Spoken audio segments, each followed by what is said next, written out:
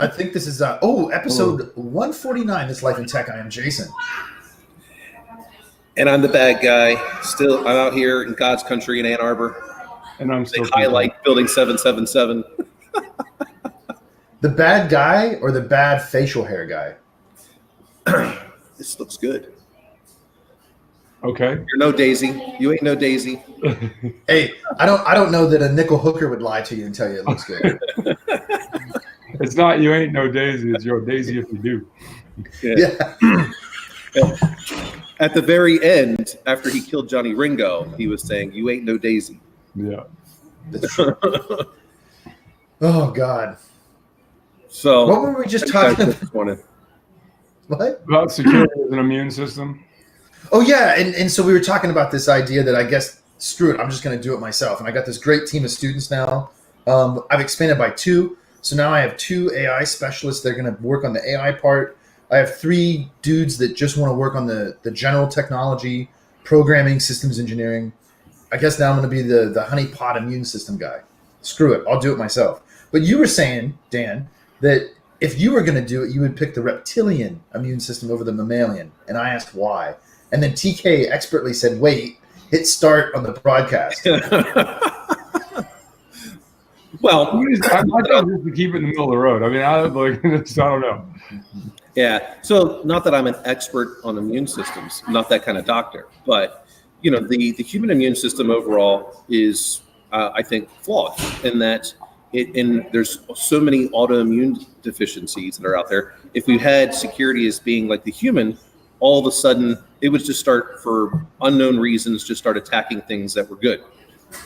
Whereas the reptilian immune system is largely very resilient, and this is why they're able to really defend off, and they're somewhat prone to not having cancer, not having autoimmune deficiencies or diseases like we are humans. Now, maybe I don't know the reasons why, but that's just my high level understanding of the various different immune systems. Or you go to the aspect of like a shark. I mean, that's the reason why people for so many years said, oh, if you take this shark cartilage and stuff like this, it's going to help you get not have cancer and things like that, right? So it just makes you grow a dorsal fin. Yeah, right. It doesn't actually work. You just have a big hump on your back. Yeah. So you're onto something. You're onto 2 things. First of all, you're onto the idea that the mammalian immune system is way too complex, which is what produces some of these negative side effects. It's just way too complex to ever attempt to think that you can mirror it. Inside of that is the mistake B, and this is the larger mistake with people, I personally feel, this is my personal opinion, broadly speaking, with artificial intelligence. The hubris in thinking that we can one-to-one replicate the human mind as it is. Well, listen, man, I hate to break it to everybody, but our minds didn't spring from dust magically, right? They evolved over billions of years into what they are based on selective pressures. And so I think that's the right way to go. The right way to go if you want to replicate something isn't to replicate because you don't have a replicator. It's to try and rapidly evolve it to the same state or something similar. So this is where you're onto something. I don't think the reptilian one is the right answer. I think the botanical immune system is the right answer. It's very simple. It's very effective. It's easy to model in software. We can already do it pretty well. And boy, does it work. So there you go. Fly trap? You want a Venus fly trap? That's a pretty good analogy, actually. Yeah, sure. I mean, now you're talking about a carnivorous plant. Yeah. Oh boy. Well, yeah, it's got to be able to attack and defend. But Jason, I think when you talk about AI, all of a sudden it'll be like the Little Shop of Horrors, what Jason winds up coming up with. I think when you talk about AI, though, me, Jason, especially today, you get to a point where there's like a left and right limit that's really expansive, and one of those limits is silly because it's not true AI. All right, we start taking. I mean, I was talking to chairman of the company that I'm with now. We were talking about HR systems, right? Because if you look at an HR system right now, it's easy if you have a small company to go through resume by resume, right? Because you're not hiring. If you have 100 people, you might have 3 or 4 job openings at a time that you're actively searching for. You might have more, but a lot of them, and you're not culling through hundreds and hundreds of resumes. Whereas you go into a bigger company, you go like Amazon, Microsoft, companies with 500,000 employees plus, and we've gotten these software tools, for lack of a better term, that say, hey, we're going to help you be more efficient. Well, really all they are is password pickers, right? Here's a set of keywords, go into that pile and go find me the keywords, right? If you're like, oh, we're using AI, nah, you're just doing a little bit of rudimentary data science and matching, right? And then on the other end, you have what you're advocating, where people want to teach a machine how to work like a human's mind. Right? In the middle is something that we contemplate, which is decision intelligence, right? Let's make better decisions. Well, how do we do that? We get the machine, we enable the machines to be able to accept multiple inputs in multiple scenarios and seeing them together like humans do, right? And for example, if you're a 10 or 12-year-old, you look outside, it's nice out, you don't bring a coat. Well, if you're going to be out for 8 hours, all of a sudden it's going to rain or it's going to get cold, or it's going to get hot. I might need to layer, right? Well, how do I layer my questions? And I said, that's really the nuance of what you guys are talking about with security or anything else, is like, what type of questions do humans ask, or what kind of answers do they need in any situation? And how I ask those questions produce good or bad answers, right? And I think that's really driving the mechanism, not the technology. It's how we go about getting the machine to answer the questions. Yeah, well, and there's a fundamental difference in the type of mind that you're able to create based on what we have. Like, one of the beautiful things about the human mind is we're able, and sometimes it's the horrible part of it, we're able to make intuitive leaps that don't require stepwise calculation, but we're slow, right? Compared to a machine has no power of intuition, right? It can't take those shortcuts of, hey, there's this shape and it kind of looks like a tiger, so I'm going to go ahead and run now before it gets too close, right? It has to calculate, it's this size, it has this many legs, it's this color, oh, it must be a tiger, right? But it can do that really, really, really fast. What do you view intuition largely being based on, though? Oh, that's a mysterious thing. I don't know that anybody knows what it's based on.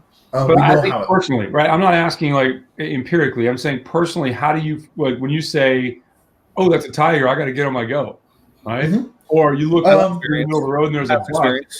Right, experientially, right? And I think that's really either direct or indirect. Right. How do you get the machine to have that experience base? That's, because that's somewhat intuition, or you get an adrenaline response. Like, you get it. We talk about making it like an immune system. Well, what you're saying is, I want it to have a physiology about it that here that can do this thing. Like, there's something else coming in the middle of the road, the adrenaline starts pumping and your legs start moving. Because there's something else that's predicated on too, is genetic memory. And so there's certain things that we have wired into us genetically that we don't need an intuition pump for. It's built into us at the very basic level, like fear of spiders or snakes. You don't have to learn that, man. That's primed into you at a DNA level because of genetic memory, right? Yep. Which you can argue is an experience, and like Dan said, maybe an indirect experience. But what I would say is, I don't know that a machine will ever be capable of that. But I don't know that we need a machine to be capable of that for the type of mind that a machine will have, because it can simulate much faster than us. So it gives it a different kind of power. So in many ways, wouldn't you then say that, since we're bringing this back to security and immune system, really a weak immune system is what allows you to adapt more quickly? I mean, this is the same thing with grapes and wine. So grapes have a very weak immune system, which is why you're able to graft them to pretty much anything. The stronger the immune system, the least likely it's going to take longer for it to adapt. Not that it won't evolve, but it takes longer. That's part of it. The one thing that I think what I'm saying is a lot of people forget is that none of this happens in a vacuum. You have to have selective pressures. And I don't look at it as, Dan, I think there's two factors. One, a weaker immune system and a more highly evolved being, it leads to that kind of change, right? And you're able to do that. But to quote the immortal Chris Rock, when he's talking about, oh, you're at the zoo and the tiger came out of its cage and killed somebody. And they're like, oh, the tiger went crazy. No, the tiger didn't go crazy. The tiger went tiger, right? Because it has a much more base level intuition. right, and ability to defend itself, right? And it's, we can say we're highly evolved, but we start with wanting to talk to people, right? Before we go to killing them, right? The tiger's like, wait a second, I am threatened, or I am hungry. I'm going to go get that. All right. And Well, so if you say from a some technology system or computer security, where are we at right now? We're in that base system. A lot of times it's binary, and what we're trying to do is say we want to make it less binary and a lot more intuitive. How do we do that? yeah, well, and you're right. And so that's the other part of that selective pressure is an organism will drift towards optimal fitness. That's what it's called in its niche. And so like we as an organism fill a very specific niche, and there's nothing like us. But there's also nothing really like a tiger when you consider its tigerness, its nature, right? And it fills a very specific niche and so forth and so on. That's why I think I go back to where I'm starting with a lot of this is modeling botanical systems. They're much simpler. They're much easier to work with, but they're super, super effective. There's not very much on this earth that's lasted longer than plants. I mean, bacteria, that's about it, and viruses. Well, anyway, I could go off for a long time.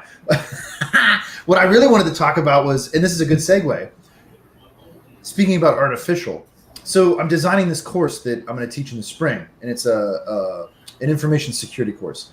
And I'm thinking about, well, like, what do I want people to do in that course? And I'm thinking about some of the critiques of the transition for a student. You want them to be hackers. You want them to be a professional pen testers when they graduate from the sophomore year. Ethical hackers. Well, like I'm saying, professional pen testers after their sophomore year. Yeah. And so, when are you putting CEH after your name on LinkedIn? when he can actually pass a test. Yeah, when I can pass the test. Stop. Please stop. See, you're not in the middle today. Dan is. A+. So what do I want them to be in the world? Because there has been, and I'm not here to judge it. I'm just reporting on what I read. This critique that not only do we academics not produce enough graduates, but the ones we produced are not able to hit the road running. Let's say because they don't possess the necessary technical skills. Okay, so how do we typically impart technical skills in any field? We have you do hands-on technical exercises. And so if I'm producing graduates that are not technically skilled enough to do an entry-level job, then there must be something wrong in the way I'm imparting that experience. Here's your connection to experience, right? I'm assuming this is true. So how can I create better hands-on, practical, whatever you want to call them, exercises for students to do? And I was thinking, well, wait, what do you do if you're a medical student? Well, you go to a real hospital and you do real rotations with real patients that have real pathologies. And so why can't I partner with somebody and get real, let's say, data, for lack of a better term, for students to process, let's say, for unauthorized access? How do you do that? Why can't I do that? That's what I'm curious about. There's no reason. Well, you can, but so I go back to when I was doing my undergrad or when we were teaching at the other university. Largely, when it comes to any of these technology skills, none of the classes are being put together in a way in which they link from one to another. So as an example, we don't have the students just, build a simple 4-campus network. You've got a domain controller, you've got a couple of servers, you've got a couple of workstations. Here's how you figure out where the vulnerabilities are. Here's how you figure out how to patch these systems. We don't even teach the patching aspect. We may teach a little bit about Active Directory hierarchy. We may teach OSPF, but we don't take that and then go, when you have all these systems, here's how you do vulnerability management on top of this. Here's how you do patch management. All we do is teach them one skill, and we never link one class from the other except in a particular discipline.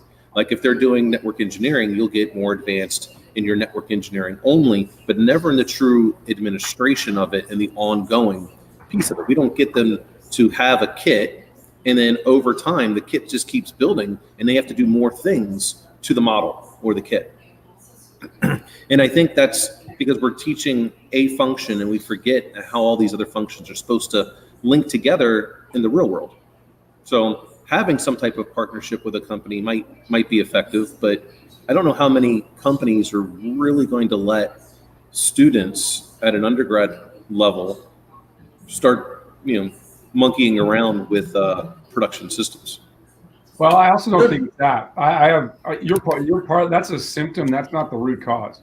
There's an intellectual snobbiness, for lack of a better word, against workforce education. Right? At the very core of it, it's a workforce education problem, right? You have all this knowledge I need to impart, but are you imparting it to get somebody? In the current model, are we saying, hey, we want somebody to be employable when they get done empirically, or do we just want them to have a bunch of knowledge that when they go somewhere, they're generally knowledgeable and they can start to learn a job? If you flip the dynamic and say, here's what the military does, right? Because they were the inventors of workforce education, because they had to be, right? A kid comes in the military, they have to learn a job skill, and they have to be productive at some level when they hit the ground. So they learn how to link educational systems and ideas together to get to the end to make somebody productive, right? So if you take, we talked about before, like Morgan's undergrad is in workforce education. It's why he's good, like at building and linking those systems together to get things to say, hey, at the end of this, what am I actually qualified to do? And if you start with that and then you back those things up, I don't think you have to let people roam on production systems. I think you make a transference of that data, to a pre-prod system or to an educational system, and we're basically saying we're going to interrogate that data. It's going to be, you can strip out some of the, all the stuff that, if it's about money, we don't want that or customer information. But there's so much stuff that can be done. And you also can build a library of that stuff. And once you have the library, now you're building when new stuff comes out. And what do you do in a real job? Like every day there's some new thing. That's your big challenge, right? Is just keeping up with the 2,000 plus CVEs that are going to come out this year. Well, that's kind of the point. That's kind of my point. Companies aren't willing to put them, and I think they should. This is why I start them off with, on the straight cybersecurity side, why I start them off with vulnerability management. They have to understand, they start learning the environment, why I want them to start in the help desk. So it gets them practicing their troubleshooting skills. I want them in those environments because it puts a little bit of pressure and it helps them to evolve and start to linking these things together.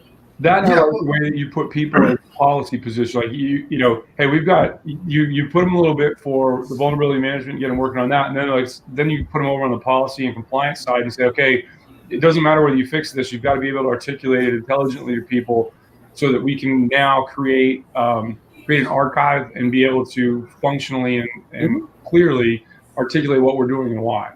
I think that's what people work. So check this out. I don't ever want my students to access your systems unless you're paying them.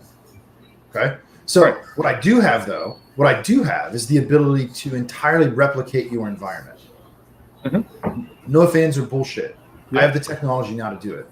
They let me spend enough money that I could probably triple it with the capacity I have. So why couldn't I P2V your entire environment, replicate it into mine, and then I like the idea, and I've been arguing about this for a while. Rather than having these discrete individual courses that teach a function, have a project that you come in with from the very beginning, that by the time you're a senior 4 years later, you've completed it. And you go through all these evolutions, okay? And so you're exercising different... Check out Northeastern. Yeah, right. There's some places that do this. Yeah, Northeastern does that. It's why their graduates are, they are basically school to work instantly. And they're free. Their internship program is vibrant almost to the point where your second semester of freshman year might be in the summer, not in the fall, based on what internship they can get you to keep you in line with that model. That's the model you're describing right there. Right. And so then to twist it, if I had a replicated production environment from an industry partner, not only could I have something that's not contrived, that's real to work in, minus the intellectual property, minus the sensitive data, okay? But that's easy replaced. But I could also help you because I can evolve that environment faster than you because I don't have the user requirements. I don't have to worry about breaking it like you do, right?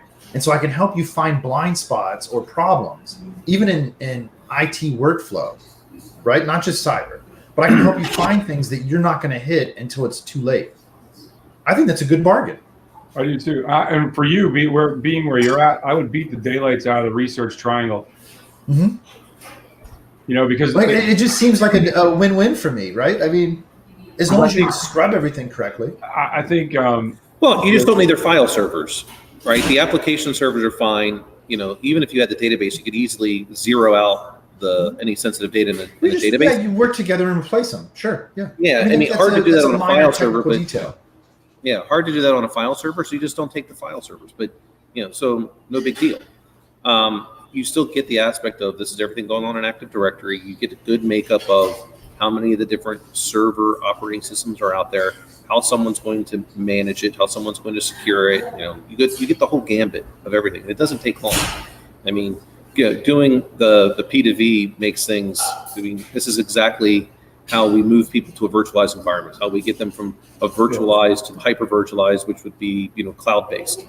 It's essentially what I was talking about. How we bring them from step A to step C, evolve it over time.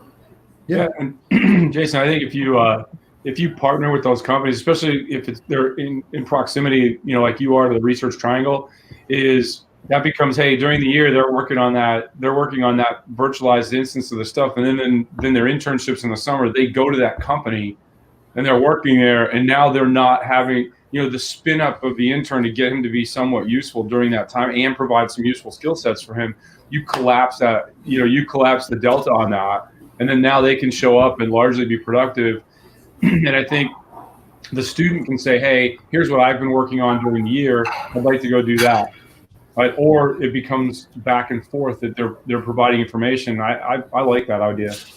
Right. Yeah, and then you can introduce like Chaos Monkey to that virtual environment, and then see what happens. Where you could create SOPs like, hey, in the event you see events like this, do Y.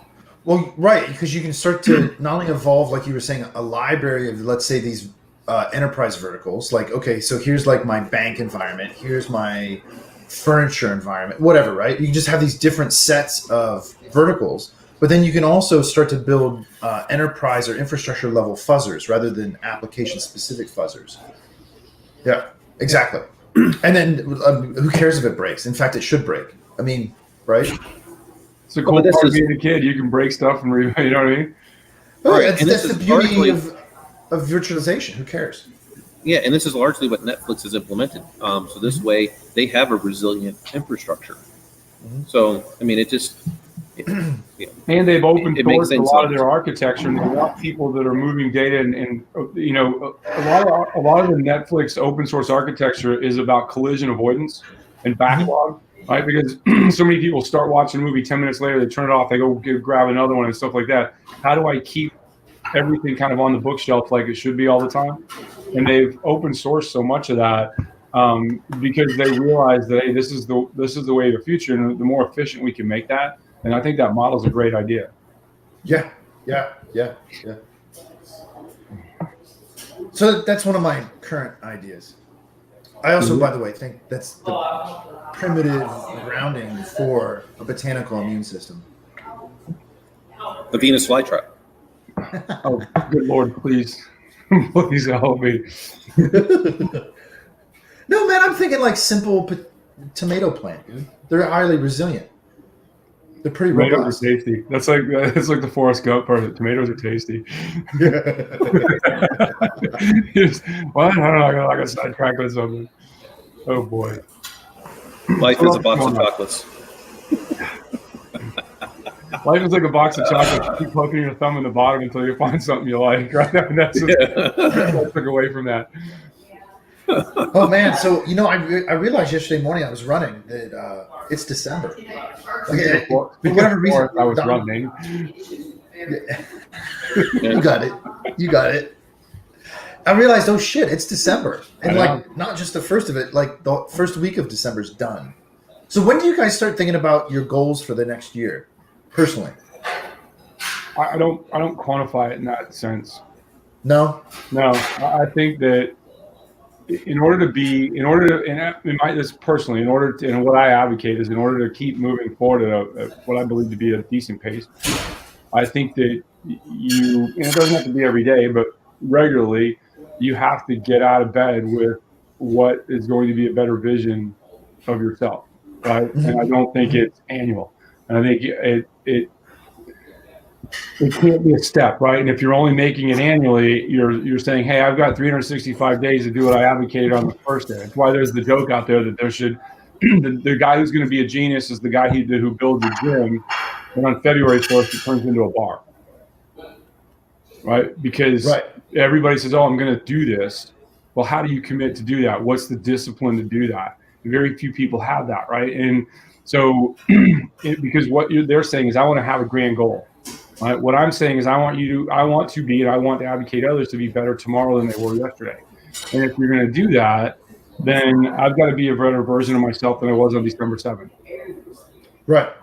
And so I think there's the intermediate goal, and somebody asked me a question the other day, and it was, how do you motivate yourself to do X, Y, or Z? And the example I use is working out, because some days I don't want to get up in the morning and be at yoga at 6 o'clock in the morning.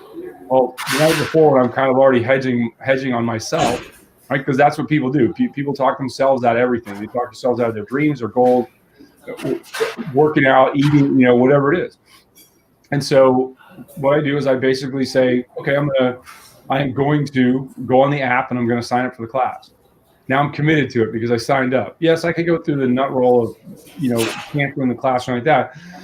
But what I've done is now I've personally made a commitment to that time to be there. And that's the developing of that discipline, that skill to be better tomorrow than you were yesterday. So I don't tend to do it yearly. Some days it's daily, right? I mean, something comes into your life and you go, oh man, I got to get this done. And both of you guys know me well enough to kind of know some of the ups and downs over the years. But I think there's this concept that you have to spend time with yourself, right? And do I spend time with myself once a year or once every 6 months, which I think are catastrophically long periods of time between self-examination, right? And so if you go to like Eastern thought and Buddhism, like they're going to spend time with themselves every day, which I think is valuable. I think saying as an adult working, kids, life, school, all that stuff, advocating an hour a day, that's probably a little too much. So get it down to 10 minutes, right? And have that conversation yourself. I do three things that I'm thankful for and have gratitude for.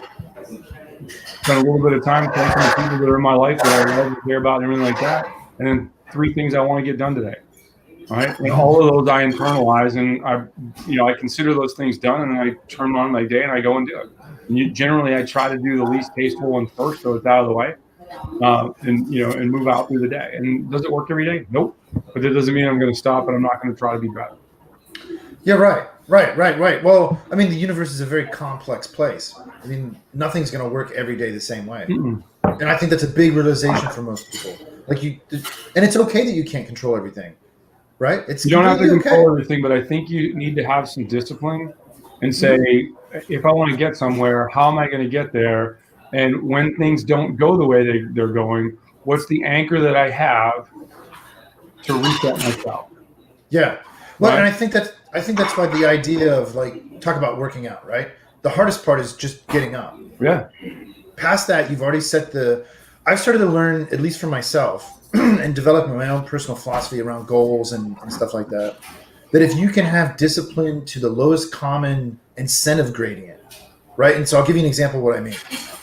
It gets way easier. So rather than saying, I'm going to develop magically this discipline to reach this high level goal, running a marathon, that's a big fucking goal, dude, right? Most people are never going to do that.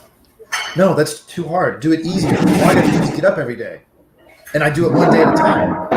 And so then if I sent the incentive gradient where, like yesterday I ran, and what I've learned how to do for myself is I'll run in a way where once you get past, let's say the first half mile, you might as well keep going because you got to come back. And so if I got to come back, the incentive gradient is to be lazy. And so what's lazier, running or walking? Because if I walk, it's going to take longer. If I just run the rest of the way, I'll get this over with faster, right? Right. And so you set up those incentive gradients for yourself, and I think this is very individualistic, right? I think the psychology of motivation is fascinating to me, and things you don't know when you're younger and that you contemplate later in life. And like during SEAL training, Hell Week is that kind of where you, from a mindset perspective, you develop that I'm never going to quit thing, or you develop a mechanism to make it through.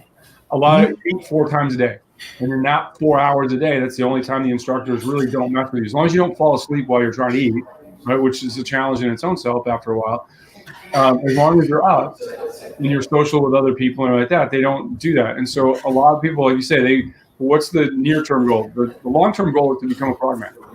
Well, today, that's off in the distance. That's an unlit tunnel, right? That I can't see any light at right now. But what can I control? You know what? I just got done eating. I'm warm and I'm comfortable, and I'm full. Probably the trifecta of I do not want to do this anymore. And the minute you walk back outside, I guarantee you, after you grab your boat with your buddies, the first thing you're doing is going to go jump your behind in the Pacific Ocean, or the bay, right? So you already know that extreme discomfort's coming, right? And so what a lot of folks do, what I did, is like, hey, I'm just going to make it to the next meal. If I get to the next meal, I'm good. And then you find things to feed off of, right? Because that's part of it, right? Once you do that half mile, now I get to the mile. Hey, how do I feel? How are my legs feeling? Hey, if I'm going to concentrate on my arm motion so that I'm not inefficient, right? And all of those things. Well, hey, I get to the next meal. While I'm at the next meal, I'm already thinking, okay, I'm going to brace myself for the suck. One of the things that a lot of dudes feed off of is watching other people quit. Yeah, sure. Watching other people's failure as a power pellet, or it's not, right? And one of the things, as I start being more active and being publicly talking about motivation and what gets people to do what they want to do is, and I don't know why I remember this guy's name. This was 37 years ago. And before we started training, there was 160 dudes. And there's one guy, Verdi, big tough guy. All the instructors used to be extremely positive about him and like, oh man, he's just going to breeze through training and everything like that. Well, along the way, a lot of folks that I was like, wow, that's pretty cool. That guy's really tough, And I didn't have any. It's like I liked the guy, but I didn't pin my hopes and like, oh man, I hope I can be like that guy. Well, a lot of people do. A lot of people in any situation, they look at themselves and say, who's potentially the best at, in my mind's eye, who's going to be the best at what we're going to do? And so they attach themselves emotionally to that person, right? We started Hell Week, which starts with a bang, literally, and it goes for 5 or 6 days. And he quit in the first couple hours. And he dragged like 8 or 10 people with him because emotionally they were so tied to his success and things like that. I have another friend who has written eloquently on this, that he had a lot of emotion invested in his boat crew. And when that guy quit, he really had to go quickly scramble to either find somebody else or internalize it so he could make it through. And he did make it through, right? But there were times where we had people quit. We had 18 people quit at a time because one person would go and then the rest of that boat crew would go. And then one guy from that boat crew was friends with a guy from another boat crew. And emotionally, they were so invested in each other that they couldn't succeed on their own. Right. And I think once you get to that point where you start feeding off other people's failure, not that you wish them ill, but it's like, okay, cool, I'm still here, right? And that's one, their negative step. It's like the whole thing of like, everybody that broke the law last night, please step forward, and everybody but you takes one step back. Like you now inadvertently but now move to the front of the line, right? Right. That emotion carries a lot of weight in life, right? That, hey, everybody else is falling by the wayside, and I'm still here, and it creates discipline, and it helps you to what I used to. We have a less, more derogatory term for it in the military: embracing the grind. Because I don't care what you do in life. Largely, if it's you can be passionate about everything, but it's still work, right? And so there's a grind aspect to it, and no matter what you do, everybody, and you guys have heard me say this a lot. Somebody gets to hump the princess, and somebody's got to mess with the dragon, right? And it's how you mess and how you slay the dragon that's going to make you great, right? That's going to allow you to be with the prom queen, right, later on. And that's the psychology of I think futuristic thinking, right? And so, I was gonna say, so I approached this a little bit differently when it comes to goals, and this started right after Silent Circle basically went away, and I had to now, there was a big overall, I would say, truly emotional letdown as to what was occurring I for had the me. same thing. I had the exact same thing. Because what had happened, and a lot of people don't maybe don't realize, but after having been working full time, and I was essentially teaching full time and doing my doctorate, and then moving right into Silent Circle. Now all of a sudden, where my world was very organized, I knew everything that had to get done because there was no time but to be very, very efficient. To then not having any time, or rather having all the time in the world. So I took a look at everything and from myself as a system design. Like, you can't just build it all today. It's got to be built in pieces. And so I started asking myself the questions, what do I ultimately want to be? And in the beginning, I said, I want to be the CISO for a Fortune 500 company. So how am I going to get there? And then eventually I was, as all this was doing, I was talking more to you, I was talking more to John Callis, and John had said, why do you want to be a CISO? You really have no power in the organization. You have perceived power, but you can't affect change. So this is largely the reason why I position myself to be the CTO of companies, because I have a much larger ability to influence the security and design. Because you should probably look at that, and that started to make sense. So when I got an opportunity to make that transition, it was great. So then I was like, okay, how do I become the CTO for a Fortune 500? And then after talking with my boss at the time, Gopi, he said, if you could be the CTO, then why can't you be the CIO? And if you could be the CIO, why can't you be the Chief Operating Officer? If you can be the Chief Operating Officer, why not be the CEO? So I started thinking, what are all the things that I need to accomplish for myself to become this? And my goals that I set, largely I set some lofty ones annually to challenge myself to push them, but they all relate back to a particular piece of what I felt makes up a great CEO. And I'm drawing a link to these 10 categories that I've put out. What I believe this is what a great CEO should be able to accomplish, should influence, should be able to influence others. So I put all these things in there. So my annual goals are much longer I want to write them down because it's going towards something. Now, every day, for the most part, I look at what am I doing, and does it meet my short term, and my short term that is put to that ultimate goal. And that doesn't say I'm going to be that in 5 years or 10 years, but I need to accomplish something. And so I'm always looking at it from, how do I evolve that? So you're talking about opportunity preparation. Yeah. Right. And I think that's fantastic. I think that, I think you and I were on similar paths with that as after Silent Circle, kind of different, more circuitous. And you're right. And I agree with that. And like I said, I don't have annual goals, but you set that big lofty goal. Hey, I want to do X, Y, or Z. And I also, I think the evolution of Dan, right, that I've seen is that, and you talked about this before on here. You walked into the room when you were a junior and said, hey, I'm going to kick ass and I'm going to do all this, having no idea how you're going to accomplish it. But once you put it out there, now by putting it out in the middle of the room, you literally are using the scrutiny of others to guarantee your success. Mm-hmm. Right? Now you're a more mature leader, right? And you're more involved in your thinking, that you can keep that internally to yourself, right? You can keep your own counsel and also hold yourself personally accountable. That's the maturation towards being that C-level leader and saying, hey, I always tell people, it's like, hey, most people spend a lot of working to appear to be competent. Why don't you just go out and actually become competent? Like, it's the same amount of effort, right? You're spinning your wheels in the same direction. So once you do that, I can keep my own counsel, and now I can provide that quiet confidence to others. And as the leader, that's your job, because once you start saying, hey, I want to lead, nothing is about you. It's about everybody else. And I think Absolutely that's fantastic. Yeah, and so here's an example of that. So I put out there, last year, hey, I'm going to read 50 books. Well, no one really asked me, why did I choose 50? Though the big reason that I chose 50 was, they say most great CEOs that are out there will read 20 books a year. So I said, well, then I want to read 50. Now, I'm not going to get to 50. I think I'm going to get to about 30. Just, hey, life happened. But I put out a goal that was basically double what they say really good CEOs are doing today.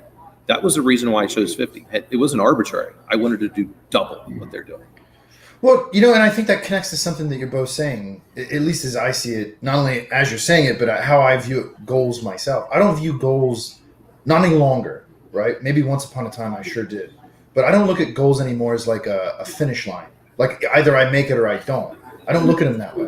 What I look at them as anchors in time and space. Yep. And so when I put this goal out there, that's an aim for me. It's a target or an anchor, and I'm trying to get there. And so incrementally are the things I'm doing orienting me towards that thing. And it can change over time, right? It's the same way, like I'm trying to imagine, like you were talking about, what do I need to do so that I can reach this target, right? Well, okay, so here's the connection to what we were talking about in the beginning as I see it.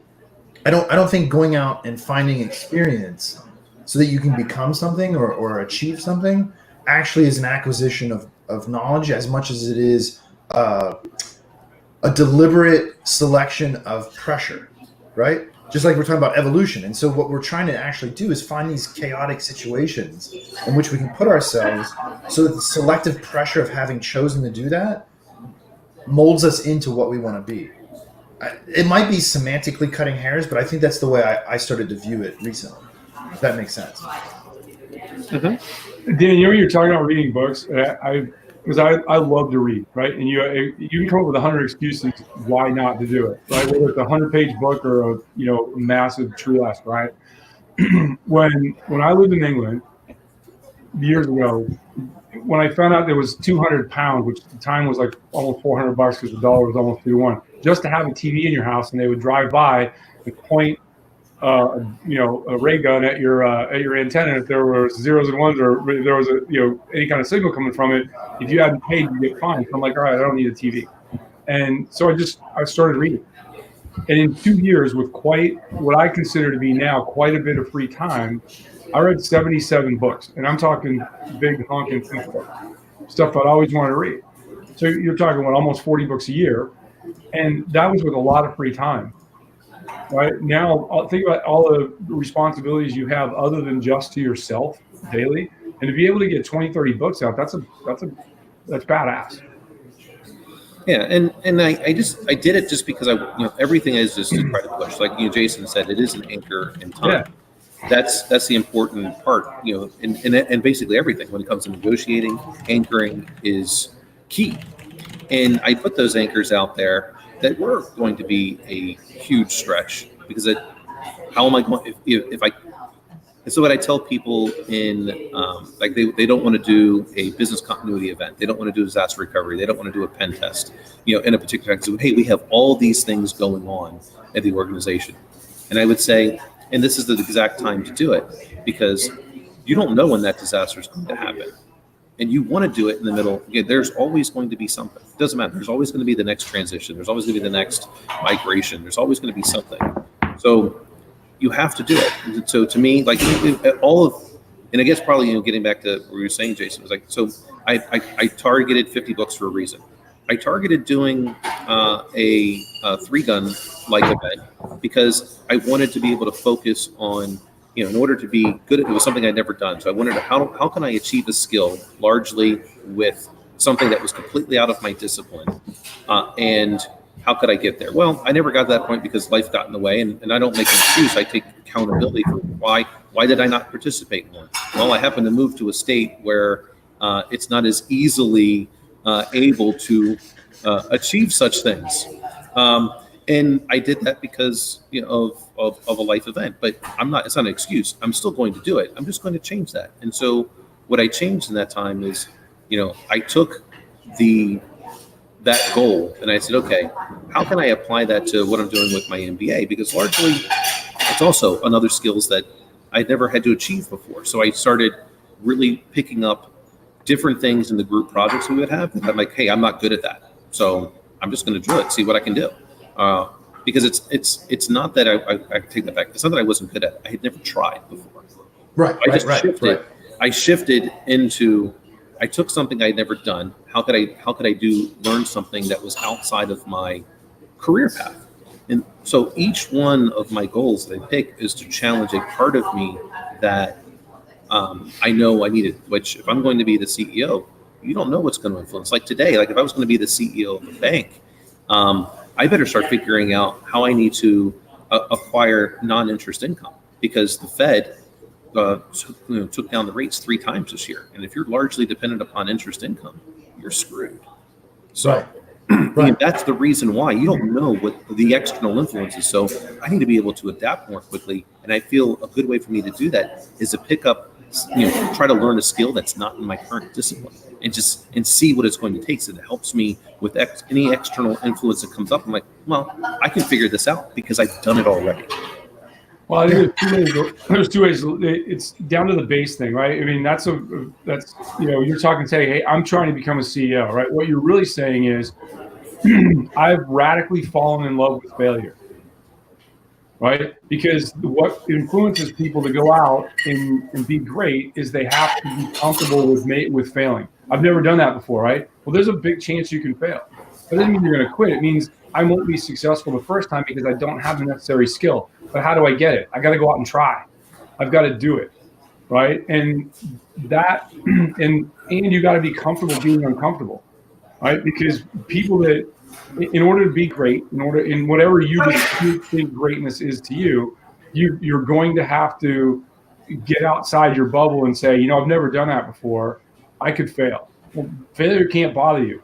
Failure has to be feedback. And if it's feedback, then you can learn from it, and then you can be great. More importantly, you can seek help from others, and you become a good question asker. And that is hugely important to success in life, because especially if you want to be the CEO, who are you going to ask questions to? All the people that you granted authority to basically help make the organization better, right? And we've talked about this before, but how many times have the three of us seen a senior leader that's afraid to ask subordinates questions because he doesn't, or they don't want to let everybody know they don't know everything, when we all know they did know everything, because nobody knows everything. Right. Exactly. Yeah. It's amazing how this is the power of and the bad power sometimes of just the human condition. Like magically, even as an adult, you think other people aren't sharing the same experience and thus can't know what you're going through. Yeah, we know. Of course we know, because we're also humans. You know what I mean? And we're in similar or identical situations. So why not just participate, just be? Right. And that comes in just putting yourself out there, right? And saying, hey, look, whatever experience you're going through right now, I'm probably just a little bit further down the road. It's not that much different, right? So please feel free to come with me. And as a leader, that's the hard thing with an open door policy, right? Because once you open the door, it's open, right? Yeah. And you either then say, I'm going to be a person of intent and live up to the intent that I created, or that open door policy is really, it's just a clear door. You can see in, but we don't really want you in the office. All right. So it's funny. So while I have my open door policy, for myself as well, but I have no chairs in my office. So that means you better be very succinct about what you're trying to come in and complain about. Look at you take it from the TK playbook, right? Before I was forced to do that big office, I didn't have any chairs, and their meetings were like 10 minutes.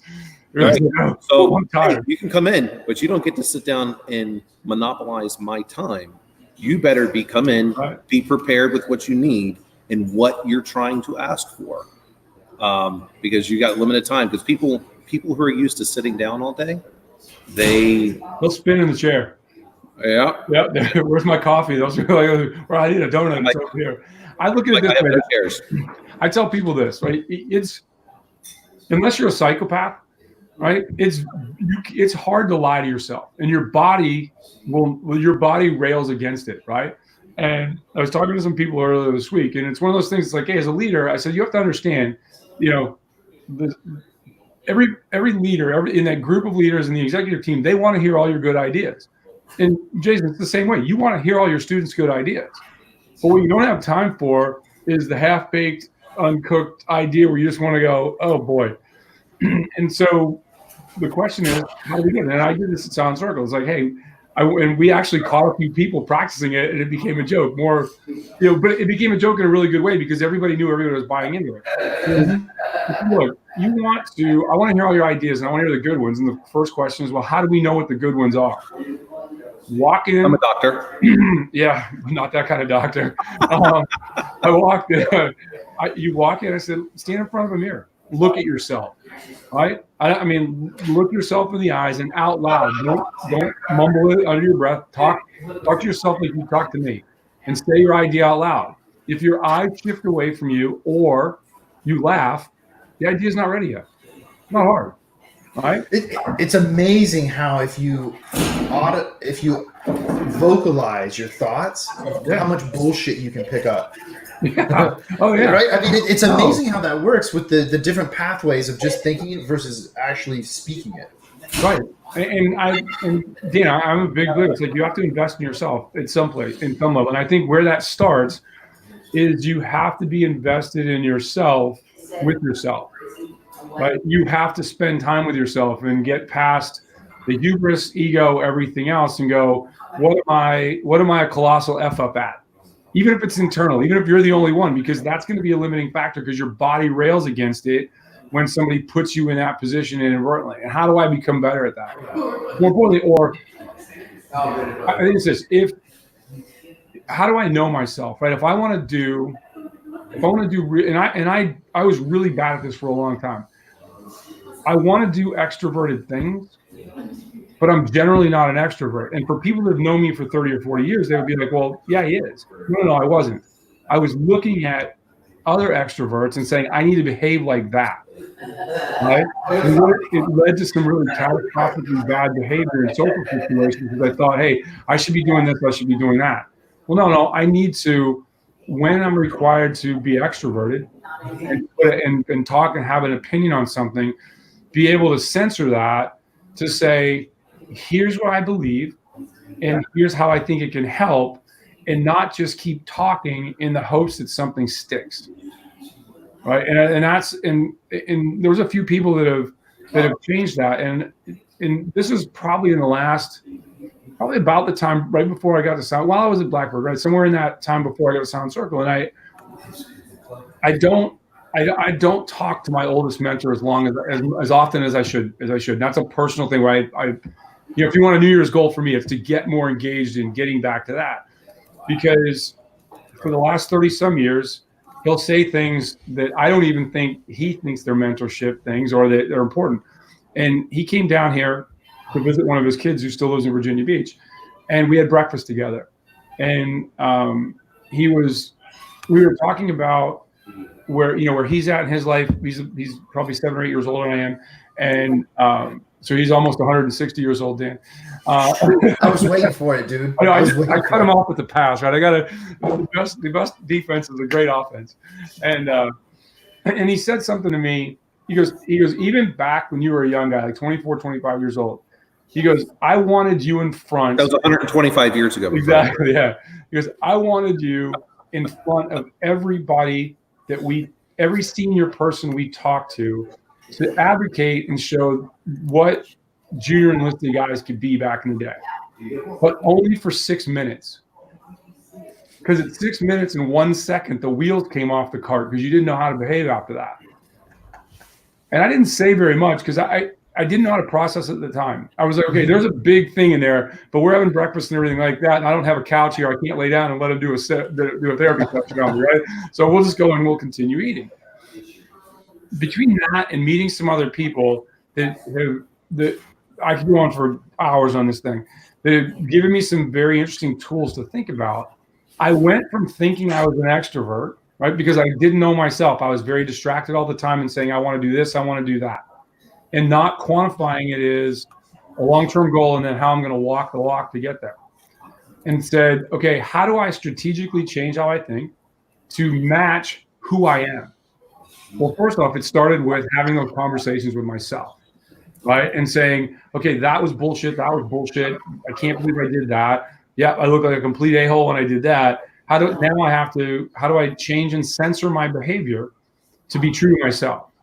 And what really came out through a long process is I'm an introvert that likes to do extroverted things, and for the sole purpose of and you guys know this thing. It's like I advocate one thing: giving. Right. Once you figure out that it's not about you, that the more you give, the more you receive, and that I think that old adage of it's better to give than receive is crap. Because if we're saying it's better to give, well, somebody's got to receive, right? It's like, and so you have to be receptive to both, because if you're not, you're denying the thing. And there's a great book about it, right? But that really changed my mind. And I'm going to see that guy. I'm going to see my mentor again on the 20th. And it's one of the things I've been, I don't know if he watches or not, but if he's watching today, this is largely the content, because I kind of alluded to it. I said, hey, I can't wait to see you because I want to talk about it, because you really, in the last, few years, you really changed my life for the positive. And I guarantee you, he has no idea, because it was a throwaway line there. Yeah, right. He was just being himself. Yeah, exactly. And what he really did in that moment was say, okay, you're not yourself, right? You're not your true self, right? You have all these positive attributes, but at 6 minutes and 1 second, you become a big destructor to yourself. All right. And even in the last couple of years, that's one of those things where when you talk about Dan, where one of the big things you're saying, hey, here's a goal I have. You know what I wasn't really good at was censoring myself, because I was thinking I had to be this to be an extrovert, to be in public, and to do those things. And I'm by audience reaction alone and thing, I'm much more confident that what I'm putting out is more well received. It's more concise, more jointed, and not in this way, but it has more of a cohesive storytelling. If you look at, there's Lego ethos and pathos in every story, and pathos needs to be 65% of it, right? If you're out on the Legos part, the fact that I'm competent, right? You should, there needs to be assumed competence, right? When you step on stage. And I think if you start by telling a story, like if you look at TED Talks, for example, the most widely watched TED Talk in the world is like 14 minutes long. It's millions of views. And it was a guy that essentially was out there because there was some charity he was raising money for, right? Something that he believed closely to his heart. He made the pitch. The ask was only about 35 seconds of that. The rest of it was a story, right? And that was it was pathos, right? And everybody assumed competence when he stood up there because of the way he's told the story. I think that's, getting to that and making those changes in your life, whatever they are monumental, and you don't do them alone, right? People are going to influence your life in one way or another. And sometimes a negative influence is a huge positive influence on you in the long run. Sure. Well, see, in all this, I choose not to censor myself at all and just say whatever I start thinking, because I believe in the First Amendment. I'll tell you one of the biggest things. Here we go. The turn. I'll tell you one of the biggest things that's helped me talk about talking to yourself. Sorry, Jason, you didn't censor yourself 5 years ago. That was a lot of the problem where we'd be sitting in meetings. I just get a hole burned in my head, like, please make him stop talking. I think one of the biggest things that's helped me progress over the last, pretty much calendar year. I love the modern world because I can drive 14 miles one way, and I can constantly talk to myself out loud in my car, and nobody thinks I'm a crazy person because they just assume I'm on a Bluetooth headset. Yep. And I have constant conversation with myself to the point now where I don't even listen to podcasts anymore because it's too distracting, because I actually want to hear myself. Right. I agree with that. It's immensely beneficial. Yep. No, I get the stand-up desk, and nobody's in the house and during the day. I'm talking to the dogs apparently, because that's they're the only ones that are here, and half the time they leave the room and go do their own thing, right? Which is fine with me. Yeah, no, this concept of self-evolution to achieve a long-term goal, right? I think what largely the reason people fail is it's fun to say, like, hey, what's my goal for the next year? Well, if I'm on my way, right? And that's, you've heard me say, I know you guys heard me say, it's like, I'm only one decision away from the right one. But while everybody sits around trying to be perfect, right? And that's why people end up failing. They become static because they're like, this thing it's such a huge goal. I don't know how to get there. Well, just take one step. Like, if you take one step, the curvature of the earth changes, your view changes, and your options change, right? And that, I think, is, goal attainment. Once you're being honest with yourself about what you need to do, right? Mm-hmm. To say, could I go get a PhD or a doctorate between now and the time I die? Yes. Right? Is it something that I want to? The master's piece is not the big deal. It's the terminal education piece and the amount of effort, as you two know, to get there. Is that something I really, other than just saying I would like, having, Dan, where I got DSC, LLC, MBA, EIEIO after my name, right? A plus, comp TIA, whatever it is, right? If it's not, if it's the quest for knowledge, right? Or there's something I want to, yeah, if not, what's the goal I really want to accomplish? And the big goal is, hey, I think that I know myself that I want to be able to give to others, right? Well, how do I do that? And what's the largest way I can impact that? And then start breaking that down to, here's where I'm at today. Is that, is the audience, is the audience I want, it'd be ridiculous. Is the audience I want 50,000 people in an event? Well, it starts with having 5 people in an event, 10 people. That's right. Right? That's right. And working on your game. Because what I said in public 5 years ago is nonsense compared to how I, talked. Right?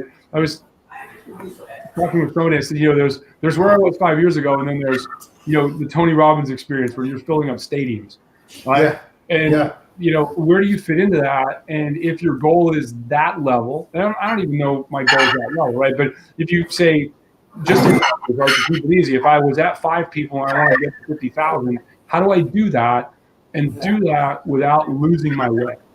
That's right. Right? Because you can't teach the process. And I think that when people say, I want to do something, they want to do it without the pain of the process, right? And that's where, especially young people, right? There was a guy, I saw him on one of the social media things. I saw him, and it was a great thing. It's like, because people came up to him and said, oh, I did this and I lost $5,000. You didn't lose $5,000. You were trying to cheat the process. You were trying to do that too quickly. He's like, hey, if I do this, so I give this amount of money, I'm going to cheat the process. Well, The process is going to get theirs. How do you do that and be comfortable with that? Yeah, I agree. There's Dan, no. Are you in a diner this morning? What's that? I know. Are you in a diner this morning? It's the only place where I can get good Wi-Fi reception. So I'm out in the executive lounge at the Sheraton. So now the Waffle House. Yeah, when we first started, there was no one in here, but now everyone's awake. Tell Are them you getting an omelet for people while you're talking to us? They're all probably like, what's going on over there? Yeah. Invite them on. Invite them on. Yeah. Yeah, exactly. Look, not for nothing, but they make TK look really, really young. Oh man. Perfect. So what do you guys want to talk about next week? Oh, I like this preemptive accountability. I haven't even thought about it. No clue yet. You know what I want to talk about next week? Because I'm gonna actually. I want to save it for the 22nd, but I want to talk about reunions on the 22nd.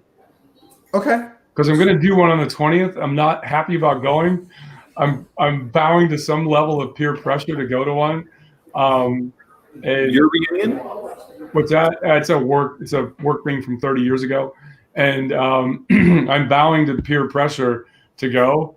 And I've never been to a high school reunion, and or anything like that. And so I kind of want to talk about that on the 22nd. So next week we got to come up with something. Okay. So well, I'll tell you what, because I went to my high school reunion in August, and I'd never been to one before, and it was a strange experience. So I'm really interested to hear what you have to say, because I came out of my shell a little bit because I had bowed to peer pressure as well. And I asked some people there some questions, and I'm not sure they understood what I was really trying to get at, but their answers were pretty telling. So anyway, yeah, we'll book that. I'll come up with something for next week. All right, cool. And then we'll widely announce it on social media, so we somewhat have to stick in the middle of the road. Because I think we did Yeah, a good job today. I'll come Right? up the next day or two, and I'll put it out on Twitter. Awesome. Awesome. All right, my friends. All right, my friends. All right, everybody. Have a great week. Enjoy your omelet, Dan.